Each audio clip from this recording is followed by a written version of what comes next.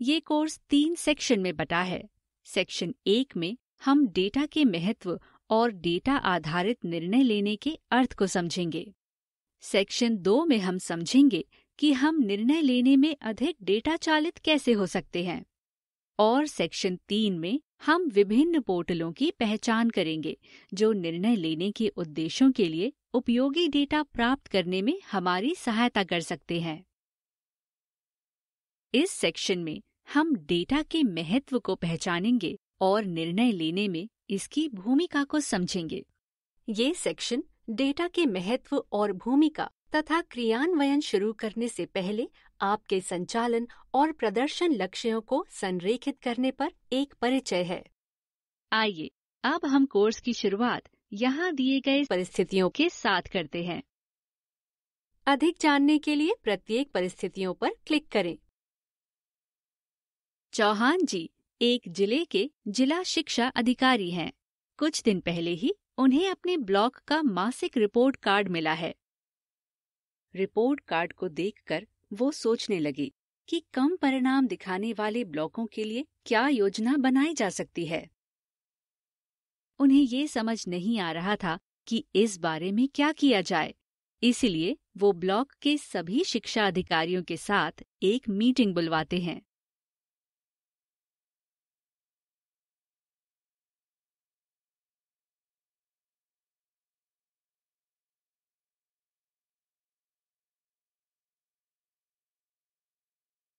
उन्होंने ब्लॉक शिक्षा अधिकारियों के साथ एक एजेंडा साझा किया और समाधान पर उनकी राय मांगी।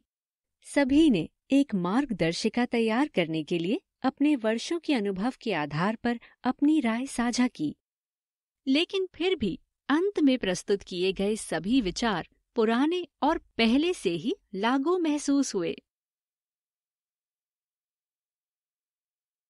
परिस्थिति 2। श्रीमती श्रीवास्तव भी एक जिले की जिला शिक्षा अधिकारी हैं। उन्हें हाल ही में अपने जिले की तिमाही परीक्षा के आंकड़े मिले हैं।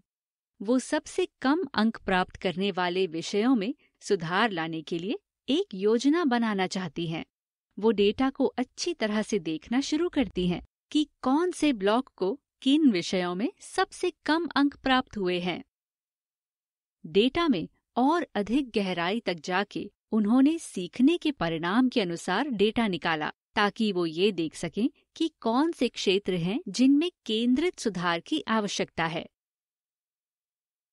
इसके आधार पर वो अगले कदम का फैसला करती हैं और इस पर चर्चा करने के लिए कम परिणाम वाले ब्लॉक्स के ब्लॉक शिक्षा अधिकारियों के साथ मीटिंग बुलाती हैं।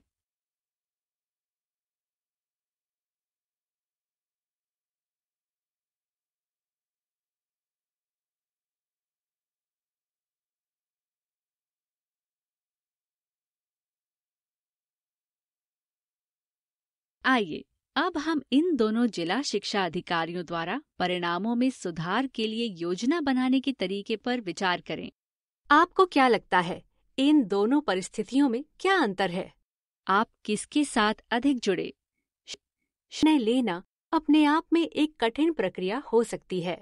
ये और अधिक कठिन हो सकती है यदि हमारे पास निर्णय लेने के लिए पर्याप्त जानकारी ना हो।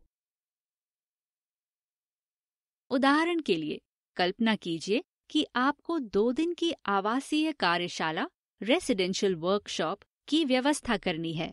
बेहतर व्यवस्था के लिए आप किस प्रकार की जानकारी पसंद करेंगे? 1. कुल 150 प्रतिभागी होंगे। 2. कुल 150 प्रतिभागी होंगे जिनमें 50 महिलाएं हैं। 40 प्रतिभागी रात को हॉस्टल में रुकेंगे जबकि बाकी वापस चले जाएंगे। 30 प्रतिभागियों के लिए रात के भोजन की व्यवस्था करनी होगी, जिनमें से 10 जैन भोजन करेंगे।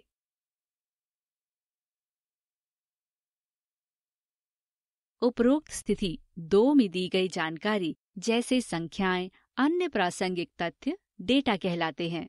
हम दैनिक आधार पर इस तरह के डेटा से जुड़ते हैं और हमें इसका एहसास भी नहीं होता। उदाहरण के लिए, जब हम सोचते हैं कि कौन सा फोन खरीदना है, हम क्या करते हैं? हम कुछ फोनों के बारे में विनिर्देशों, समीक्षा को देखते हैं और फिर अपनी पसंद बनाते हैं। एक अन्य उदाहरण में, जैसे कि हमें अपने बच्चे को किस स्कूल में भेजना चाहिए, उसके लिए फिर से हम अपना निर्णय लेने के लिए विभिन्न स्कूलों के प्रदर्शन, प्रदान की जाने वाली सुविधाएं, हमारे घर से निकटता, ट्यूशन फीस आदि को देखते हैं।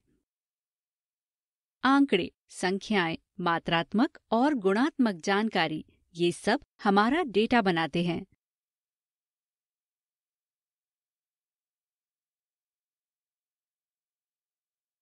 हम प्रतिदिन कई निर्णय लेते हैं।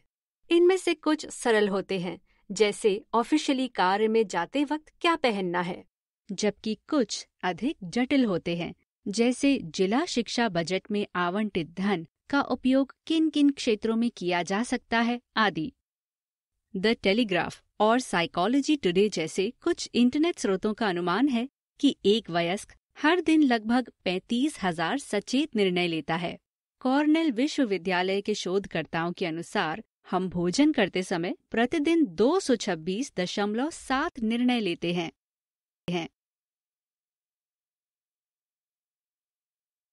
हम निर्णय के उद्देश्य की पहचान करके सभी आवश्यक जानकारी एकत्रित करते हैं, प्रत्येक संभावना के परिणामों का आंकलन करते हैं और एक निर्णय लेते हैं जहां हमें लगता है कि सफलता की संभावना दूसरों की तुलना में अधिक है।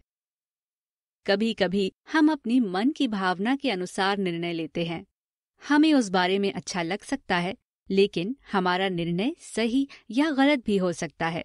पर हम कैसे जानेंगे कि हमारा निर्णय सही है या गलत, क्योंकि हम सभी जानते हैं कि उस समय किया गया निर्णय सही ही लगता है। यदि आपके काम और व्यक्तिगत जीवन को प्रभावित करने वाले निर्णय लेने का अधिक विश्वसनीय तरीका हो तो जानकर उत्सुक होंगे। इसके लिए आपको निर्णय लेने की प्रक्रिया पर अधिक समय बिताने की आवश्यकता होगी, लेकिन ये इसके लायक होगा, क्योंकि इसके द्वारा सफलता की दर केवल हमारी आंत भावना, गट फीलिंग के आधार पर निर्णय लेने की तुलना में अधिक हो सकती है। इस प्रक्रिया को डेटा आधारित निर्णय लेना, डेटा बेस्ड डिसीजन मेकिंग कहा जाता है। डेटा आधारित निर्णय लेने की प्रक्रिया एक ऐसी प्रक्रिया है जो आपके निर्णयों को बेहतर बनाने के लिए डेटा का उपयोग करती है और चयन किए गए कार्य की सबसे उच्चतम तरीके से जांच करती है। सरल शब्दों में, ये संख्याओं का अवलोकन कर एक पैटर्न की पहचान करने और उसके आधार पर किसी निष्कर्ष में पहुंचने की प्रक्रिया है। कभी कभी बहुत अधिक डेटा भारी और उसकी व्याख्या करना एक कठिन कार्य हो सकता है, लेकिन जैसा कि हमने पहले बताया, हम हर समय डेटा सेट और संख्याओं से दूरी बनाए रखते हैं। लेकिन एक समय के बाद डेटा का अवलोकन करना हमारी आदत का हिस्सा बन जाता है, जैसे स्कूल की निगरानी सूची देखना।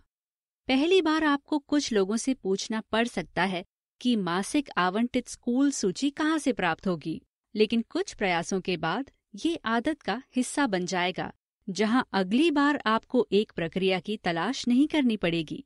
आपको पता चल जाएगा कि किन किन साइट या पोर्टल या लिंक से सूची प्राप्त है। इसलिए पैटर्न या संख्याओं को ध्यान से देखकर आप उन निर्णयों को लेने में सक्षम होंगे जिनकी आवश्यकता आपको अपना स्कोर कार्ड तैयार करते समय होगी। हम काफी सारा डेटा एकत्र करते हैं, जैसे हमारे जिले के नामांकित छात्रों की संख्या, शिक्षकों की संख्या, एक महीने में देखे गए स्कूलों की संख्या, हमारे जिलों में ब्लॉक का शैक्षणिक प्रदर्शन आदि। हम हमेशा एक्सेल शीट को भरने और उन्हें अप टू डेट रखने पर जोर देते हैं। निर्णय लेने के लिए अब इसके साथ पूरी तरह से जुड़ने का समय आ गया है। श्रीमती सांघी जिले में ब्लॉक शिक्षा अधिकारी हैं। जिले के मिड लाइन डेटा में उन्होंने देखा कि ग्रेड 3 से 5 के लिए उनके ब्लॉक के गणित सीखने का परिणाम बेस लाइन से कम है। अधिक जांच करने पर उन्होंने इस मामले से संबंधित सभी जरूरी डेटा, जैसे स्कूल स्तर के सीखने के परिणाम डेटा, हैंडबुक का उपयोग करने वाले शिक्षक, कार्य पुस्तिका का उपयोग करने वाले छात्र, कोई निरीक्षण न करने वाले स्कूल, शिक्षकों की उपस्थिति और छात्रों की उपस्थिति से संबंधित जैसे डेटा निकाले। डेटा का विश्लेषण करने के बाद उन्होंने देखा कि कम सीखने वाले स्कूलों में प्रतिदिन 3 से 5 ग्रेड में छात्रों की अनुपस्थिति दर कम है, जबकि मिडलाइन परीक्षा में बैठने वाले छात्रों की संख्या बहुत अधिक है। एक समीक्षा मीटिंग में उन्होंने सभी सीआरपीज के साथ इस मुद्दे पर चर्चा की और उन्होंने समुदाय के साथ विभिन्न जागरूकता अभियानों के माध्यम से स्कूलों में छात्रों की उपस्थिति में सुधार पर काम करना शुरू कर दिया। पोर्टल में हमेशा मौजूद इन आंकड़ों ने उन्हें कम समय में एक प्रभावी समाधान तक पहुंचने में मदद की। अपने विकल्पों को सूचित करने के लिए डेटा का उपयोग करना हमें और अधिक आत्मविश्वासी बनाता है। ये केवल हमारी सहज वृत्ति पर भरोसा करने से बेहतर है। डेटा तार्किक और ठोस, लॉजिकल एंड कॉन्क्रीट है। डेटा का उपयोग हमारे निर्णयों से किसी भी प्रकार की आत्मीयता को हटा देता है। आइए, अब तक हमने इस सेक्शन में जो सीखा उसे संक्षेप में देखें। डेटा आधारित निर्णय लेने की प्रक्रिया एक ऐसी प्रक्रिया है जो आपके निर्णयों को बेहतर बनाने के लिए डेटा का उपयोग करती है और चयन किए गए कार्य की सबसे उच्चतम तरीके से जांच करती है।